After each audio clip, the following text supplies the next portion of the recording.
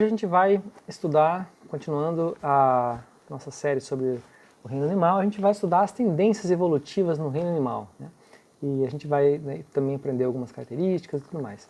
Então, por que tendências evolutivas, né? Então, por que essa mania de falar de evolução? Porque a evolução é a base para a compreensão da biologia, né? Inclusive, uma frase aí de um biólogo bastante importante é que nada da biologia faz sentido a não ser à luz da evolução. Por quê? Bom, então a gente tem, a gente viu na aula passada, que como a gente compreende que os seres vivos surgiram, né, é através do processo evolutivo, e que esse processo evolutivo foi ocorrendo à medida que novas características foram sendo adquiridas, foram sendo incorporadas, né, naquela linhagem de seres vivos, e portanto, para a gente entender como os seres vivos são como são hoje, a gente tem que entender a sua história, né? Então basicamente é isso que a gente vai tentar fazer hoje, né? Então, vamos tentar retomar algumas das características que a gente viu na aula passada, né? E compreender um pouco melhor qual a sua importância, qual a sua função, né? E como que elas podem ter surgido ao longo da história do reino animal, da evolução do reino animal. Bom, então a primeira que a gente viu é o desenvolvimento embrionário, né?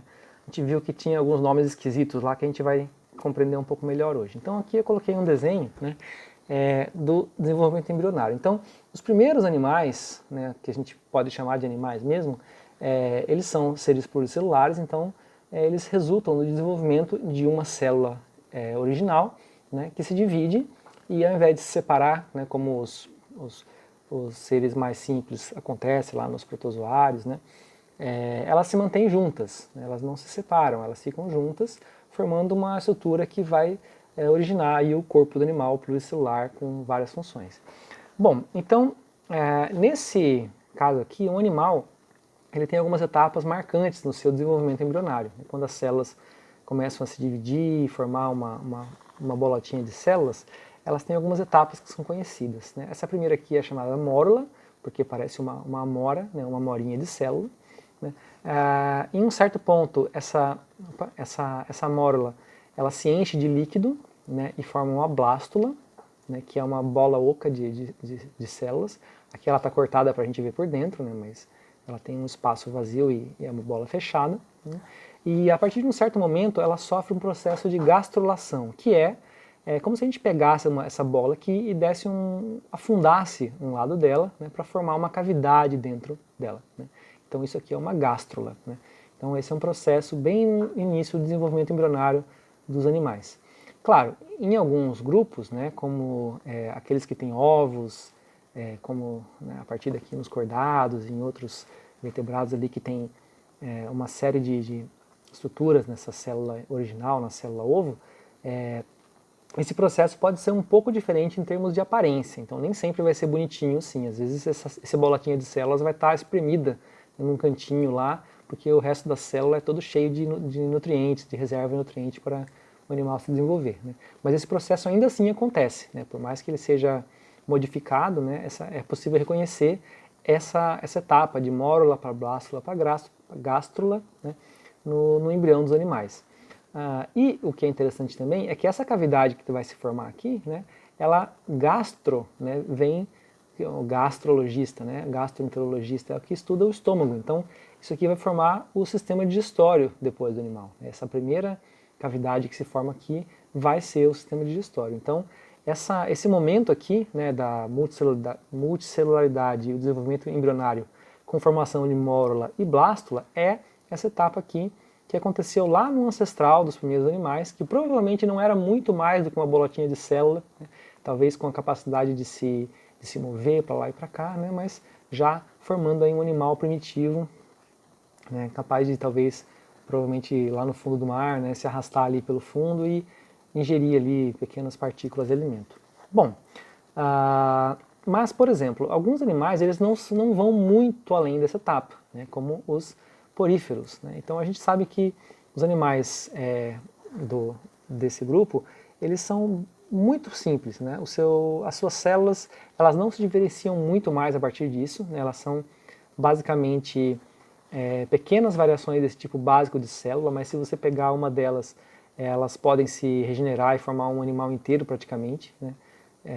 Então, mais ou menos seria como se a gente pudesse cortar um dedo de uma pessoa fora e o dedo da pessoa desenvolver uma pessoa novamente, né? Ou mais ainda, né? Pegar uma lasquinha, né, da pele de uma pessoa e a partir dessa lasquinha poder se formar uma nova pessoa. Então o poder de regeneração desses seres muito simples é tremendo, né? Uma pequena parte das células ali conseguem regenerar o animal inteiro porque não são muito especializadas, né? Todas as células elas retêm ali uma boa capacidade de fazer tudo que as células desse animal fazem, né? Bem, uma outra característica que a gente falou ali é a simetria, né? Então, essa bolota de células iniciais, a gástrula formada, ela é basicamente uma bola mesmo, né? E se você pegar uma bola, né, uma fruta, por exemplo, uma pizza, né, e coisas com formato semelhante, assim, circular, né, você tem a seguinte noção. Ao cortar, né, essa forma, né, em planos, né, então pegar como se fosse fatiar, né, cortando no meio assim, você vê, aqui tem uma estrela do mar, por exemplo, você vai sempre dividir esse formato em metades iguais. Então vamos pegar aqui, ó, se eu cortar a estrela do mar, aqui a imagem. Se eu pegar a estrela do mar e dividir ela assim, você vai ter essa metade e essa metade aqui que são parecidas, né? Se você cortar ela assim, você também vai ter duas metades, essa metade de cá e essa metade de cá. Se você cortar ela assim, também você vai ter duas metades iguais. Mesmo aqui na água-viva, na verdade na água-viva você pode cortar ela de vários formatos, desde que seja, né, como uma pizza, né, você cortar ela na metade de várias formas, você sempre vai ter duas metades bastante parecidas, né? Então isso que a gente chama de simetria radial, né? E os primeiros animais, né, os animais mais simples, eles mantêm esse tipo de simetria, né?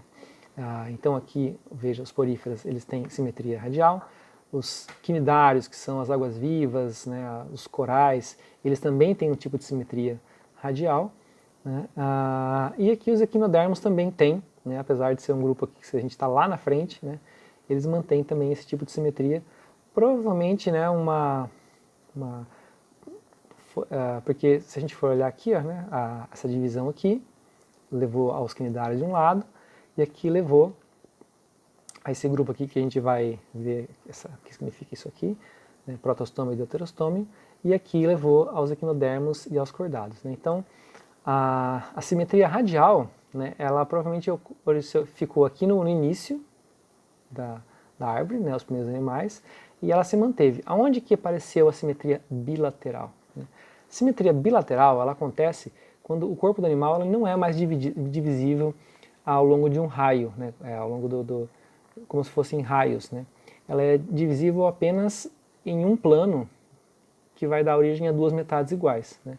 Então se a gente pegar aqui uma pessoa, vai ter o lado esquerdo e o lado direito. O caranguejo, lado esquerdo e lado direito. Aqui esse verme, lado esquerdo e lado direito. Se você cortar no outros planos, você vai ter em cima e embaixo, frente e trás, né? Mas não são iguais, não são semelhantes, né? O único plano que divide o corpo do animal em duas metades iguais é esse aqui, né? Então isso é a simetria bilateral, né? Pode parecer uma coisa pequena, né? Mas a simetria bilateral, né, ela cria uma coisa importante, que é a frente e atrás.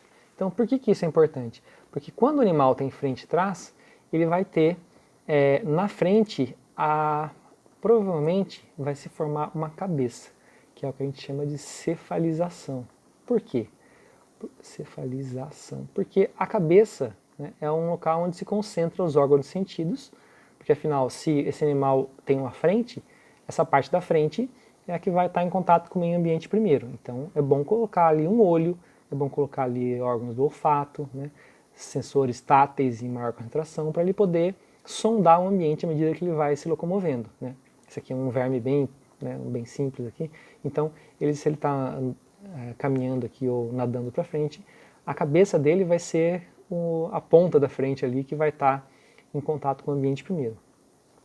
Se tem um monte de informação sensória sendo captada ali na cabeça, né, também é interessante você ter ali um órgão para captar essas informações e interpretá-las, que seriam por exemplo, um sistema nervoso, né? Nervos, gânglios, ou mesmo um cérebro, né? Então, a presença de uma simetria bilateral está associada à cefalização, que por sua vez está associada ao desenvolvimento de um sistema nervoso mais complexo, né? Então, cefalização. Bom, então a simetria bilateral, né, ela começa a aparecer aqui nesse ramo, né, e ela se desenvolve melhor nesse ramo aqui e nesse ramo aqui, né, sendo perdida, né, de certa forma, nesse ramo aqui dos equinodermos, que são as estrelas do mar, os pepinos, os ouriços do mar, né, mas ela se desenvolve bem nesse ramo aqui, que é o dos cordados, que a gente vai ver mais pra frente, e nesse ramo aqui, que é o dos protostômios. Bom, seguindo, né, a gente viu aqui então que a simetria, né, ela também vai do mais simples, que é o radial, né, a partir de alguns animais conseguem desenvolver uma simetria bilateral, né. Então, qual que seria o próximo passo, né? A especialização de células, tecidos, órgãos e sistemas, né? Então, se a gente pensar em uma célula sozinha, ela tem que fazer tudo, né? Um protozoário, por exemplo, uma alga unicelular, essa célula aqui ela tem que fazer tudo que uma célula faz, tudo que um ser vivo faz. Ela tem que se reproduzir, tem que se alimentar, tem que se defender, tem que se locomover às vezes, né? Por outro lado, e ela dá conta disso, né? Porque ela é pequena, ela consegue se alimentar só com o que ela precisa, ela pode jogar fora para o ambiente o que ela não precisa mais, né? Ela tem tudo ali contido. Claro que tem limitações, né? Mas ela consegue se virar. Agora, se você começa a pegar um animal maior, né, ou uma bolotinha de células cada vez maior, esse processo vai ficando cada vez mais difícil de fazer. Por quê? Porque se a gente pensar em uma célula, ela tem um volume pequeno. Então, para ela se alimentar, para ela respirar, para ela jogar fora, a membrana dela consegue dar conta de fazer esse trabalho todo. Agora, imagina que essa bolota de células aqui começa a ficar grande, né? As células que estão lá no meio, elas podem talvez não conseguir jogar fora sozinhas o que elas não precisam mais. As células externas aqui, talvez elas não consigam se alimentar, já que o alimento entra por aqui. Então você precisa ter um sistema de transporte de substâncias, você precisa ter um sistema de melhorar a respiração para todas as células poderem ter oxigênio. Você precisa ter um sistema de jogar fora o que não serve mais, para que todas as células possam eliminar os seus resíduos e não ficarem afogadas, né, em substâncias tóxicas. Você precisa organizar a reprodução, né, porque afinal nem todas as células vão poder se reproduzir indefinidamente, né, senão esse animal iria ficar desorganizado, iria ficar uma massa de células, né. Então algumas células precisam se reproduzir em certos momentos, outras não. Para você gerar uma nova vida, você precisa organizar também certinho, né, quem vai fazer isso, né. Se vai ter um sistema nervoso, né, você precisa de células especializadas em captar informações e processar informações. Se você vai ter órgãos de sentidos, algumas células precisam captar luz, outras células precisam captar odores, outras células precisam captar informações táteis, né. Então, à medida que um animal vai crescendo, né, e vai lidando com o meio ambiente de outra forma, ele precisa que as suas células sejam especializadas. Você não pode ter mais células que são como as células das esponjas, que fazem de tudo, né. Aqui nos quinidários, né, a gente já tem, nas águas-vivas, tem algumas células nervosas, né, não formam um cérebro ainda, formam uma rede de células ao longo aqui do corpo do animal, porque ele precisa nadar, ele precisa reagir, se um peixe passa por aqui, ele precisa fixar os tentáculos, músculos, né, você precisa ter células que se movem para poder dar movimento ao animal, né. Então, junto com o aumento da complexidade, do tamanho, você vai ter também um aumento da especialização das células, formação de tecidos, né, de células semelhantes, que vão se organizar em órgãos, né, responsáveis por funções de circulação, de respiração e tudo mais, e esses órgãos em sistemas cada vez mais complexos, né. Bom, então isso acontece em várias etapas à medida que a gente vai avançando aqui. Então, nas esponjas, você nem tem órgãos, nem sistemas, na verdade, células muito pouco especializadas, né? Nem tecidos, né? Sem tecido. Já nos quinidários, você já tem a formação de tecidos mais complexos, né? Que permite que essas forma ali tecido muscular, forma ali tecidos nervoso, mas com um sistema de órgãos muito simples ainda, né? E aqui a gente já tem animais muito mais complexos, com um sistema de órgãos, de tecidos e de sistemas orgânicos já muito mais bem desenvolvidos, né? Vale lembrar também que aqui, né, tem a palavra triblásticos, né, e aqui a palavra diblásticos. O que é isso? É o número de células que originam aqui, depois de formada a gástrula, que vão dar origem aos tecidos desse animal, né, que vão originar os órgãos, tudo mais lá dentro. Então, os animais diblásticos, eles vão ter essas duas camadas aqui, né. Nos animais triblásticos ou triploblásticos, essas camadas elas vão dar origem a uma terceira camada que vai formar entre essas duas camadas, que vai permitir a formação de estruturas mais complexas, né? Porque você vai ter mais material para trabalhar ali inicial. E o que seria isso, protostômios e deuterostômios? Então isso aqui diz respeito ao que vai virar, né, primeiro. Protostoma, estoma é boca, né? Então protostoma, os animais protostômios são aqueles que no desenvolvimento embrionário formam a boca primeiro, né? Então nos animais deuterostômios, a boca forma-se depois, né? Então, como essa distinção no desenvolvimento embrionário acontece logo no começo ali, né, a gente divide em dois grandes grupos, né? Então, os animais em que a boca se desenvolve primeiro e aqueles nos quais ela se desenvolve depois. E essa divisão é importante porque como é um processo, uma diferenciação que acontece logo no início do desenvolvimento embrionário, né, reflete um acontecimento muito antigo, né, uma separação muito antiga na evolução desses animais, né. Então aqueles em que a boca se desenvolvia primeiro, né, é uma linhagem aqui de animais que são relacionados, inclusive por outras características, né. Bom, aqui tem outras características, né, que são um pouco mais complexas, que nós não vamos adentrar aqui no ensino médio, né. E tem uma outra aqui que é importante a gente lidar também, que é a presença de metameria, né. Então olha só, o que é metameria? Quando a gente olha os animais aqui, a gente observa que em alguns deles, né, o corpo é simplesmente, aqui nas esponjas, é uma cavidade, né, como se fosse um vaso de células. Nas águas-vivas, né, nos quinidários, você tem ali uma água viva, né, que tem ali os tentáculos, tem a parte principal do corpo, né. Nos vermes, por exemplo, nos vermes chatos, você tem ali um corpo vermiforme, uma cabeça, né. Agora, em alguns animais você observa um fenômeno interessante, que é, por exemplo, aqui nas minhocas, você tem aqueles anéisinhos, né, no corpo, um corpo dividido, né. No nosso corpo mesmo, né, você tem um corpo todo dividido.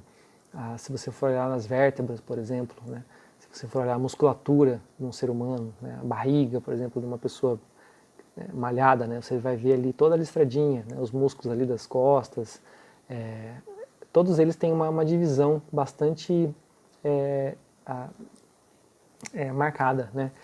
E aqui também está mostrando aqui numa larva, né, que tem vários vermes também que tem esses, como as minhocas, né, e um animal adulto aqui no inseto. Então o que acontece? O que é a metameria? A metameria é uma organização corporal. O que acontece é que para você ter um corpo complexo, a metameria ela é uma coisa que facilita, né? O que significa isso? Se você quer aumentar um corpo, né, tem duas maneiras, né? Ou você aumenta ele como um todo, né, e tenta resolver ali os problemas lá dentro, né? Tipo, quando você aumenta, você precisa criar tecidos, órgãos, sistemas especializados para lidar com aquele aumento. Ou você tem um sistema básico e se você quer aumentar, você é só acrescentar mais um módulo, né? Então a metameria é uma forma de organização modular. Então você, né, tem uma parte desse corpo, que tem ali músculos, tem sistema de sustentação, tem toda ali a parte organizadinha, bonitinho, e você repete essa instrução várias vezes, né? Então, do ponto de vista do desenvolvimento de um animal com metameria, né, você tem um conjunto de instruções, né, básico, e você só repete ele para ter muitos desses módulos, né? E daí, para depois você especializar, você pode fazer pequenos ajustes em cada módulo. Como, por exemplo, num trem, você tem lá o trem leito, né, que tem o vagão leito. É só você colocar cadeiras um pouco maiores, deixar mais espaço, né? No econômico, você põe mais cadeiras dentro, deixa menos espaço. No restaurante, você tira as cadeiras e põe mesas, mas toda a estrutura básica do vagão, né, a parte ali do chassi, a carroceria, é a mesma, né, você muda alguns detalhes lá dentro. Então aqui é a mesma coisa, né. Todos esses metâmeros, né, esses segmentos, eles são um padrão básico. Agora, aqui no tórax você coloca pernas, né, aqui no abdômen você tira pernas e coloca ali alguns órgãos lá dentro. Na cabeça você põe os apêndices, né, que são as peças aqui bucais que são semelhantes às pernas também, só que modificados, né? Então, em alguns você põe asas. Então são pequenas modificações, né? Mas o padrão básico é bastante semelhante ao longo do corpo do animal, né? Então essa parte aqui você pode ter uma flexibilidade maior na organização corporal e em como você constrói, em como você adapta esse corpo para várias situações, né? Então essa é a que a gente chama de metameria. Bom, celoma. Então, a última que a gente vai ver aqui hoje é a presença de celoma. Então, a gente vê que alguns animais aqui são acelomados. Então, o que é isso? Os animais são divididos em relação à presença ou ausência de celoma. Então, o que seria o celoma? Celoma, a gente viu que é cavidade corporal, né? É um espaço dentro do corpo do animal onde existe vago ali para você arranjar os órgãos internos. Então, se a gente pegar um verme chato, um plateuminto, como que é o corpo dele por dentro? Aqui tem, que está em vermelho aqui, a parte muscular e o mesoderme, né, que seria ali a parte, o recheio desse animal, né? Você tem ali a parte de fora, que é a ectoderme, que é a cutícula, né, a pele dele, a epiderme dele, e você tem ali a endoderme, que seria o tecido ali no interior, que vai formar o tubo digestório, né? E perceba que não tem espaço aqui, né? Ou você tem as células da ectoderme, ou as da mesoderme, ou as da ectoderme, né? Então, o tubo digestivo ele é embutido dentro da mesoderme, né? Então, como que seria um animal? Então, isso é um acelomado, ele não tem espaço aqui, não tem vaga, né? Então, como que é um animal celomado? Um animal celomado, como a minhoca, por exemplo, ele vai ter a parte aqui externa, ectoderme, né, que é o folheto externo, vai ter a endoderme, que é o folheto interno, né, que a gente viu que tem os dois folhetos aqui, e a mesoderme, que é o triplo básico, né, a mesoderme, ela forma uma cavidade, ó, ela reveste uma cavidade que está aqui, ó, esse espaço, né, que no caso da minhoca é cheio de líquido. Inclusive esse líquido ele ajuda a minhoca a se mover, né? É como se você pegasse um balão de festa cheio d'água, né, e apertasse, assim os músculos da minhoca também apertam o corpo da minhoca e faz com que ela consiga se esticar, né, ou se recolher, mesmo não tendo um esqueleto, né, ela consegue ter uma certa rigidez ali nos seus movimentos. Então esse buraco aqui, nessa cheia de líquido, essa cavidade cheia de líquido, é o que a gente chama de celoma. E alguns têm uma variação desse mecanismo, que é o chamado pseudoceloma ou celoma falso, que é quando essa cavidade ela não é toda revestida pela mesoderme, né? Mas em termos funcionais ela é muito parecida com um celoma, né? Só que na sua estrutura ela falta ali, ela difere um pouco, né, no seu arranjo, então dá para você diferenciar, né, embriologicamente como esse animal for formado e dividir ele em grupos, né? Então, aqui temos os vermes chatos, né, ou plateumintos, que são acelomados, né? Tem aqui os que são celomados com o celoma verdadeiro, né, os moluscos anelídeos, né? Tem aqui os pseudocelomados, que são os nematóides, que são os vermes como a lombriga, né? E aqui os artrópodes, né, que tem celoma também e tem a presença de metameria, né, como a gente viu aqui nessa outra característica. Então esses formam os grupos de invertebrados junto com os equinodermos, né, que provavelmente em algum momento lá perderam a simetria radial, né, ou perderam a simetria bilateral e voltaram à simetria radial aí, né, uma versão simplificada. e os cordados que a gente vai estudar mais para frente, né, que são os grupos de animais com notocorda, né, que inclusive inclui os vertebrados, que é um grupo que nos inclui, né. Então, essas aqui são algumas tendências que a gente observa na evolução do grupo dos animais, né, e por hoje é isso.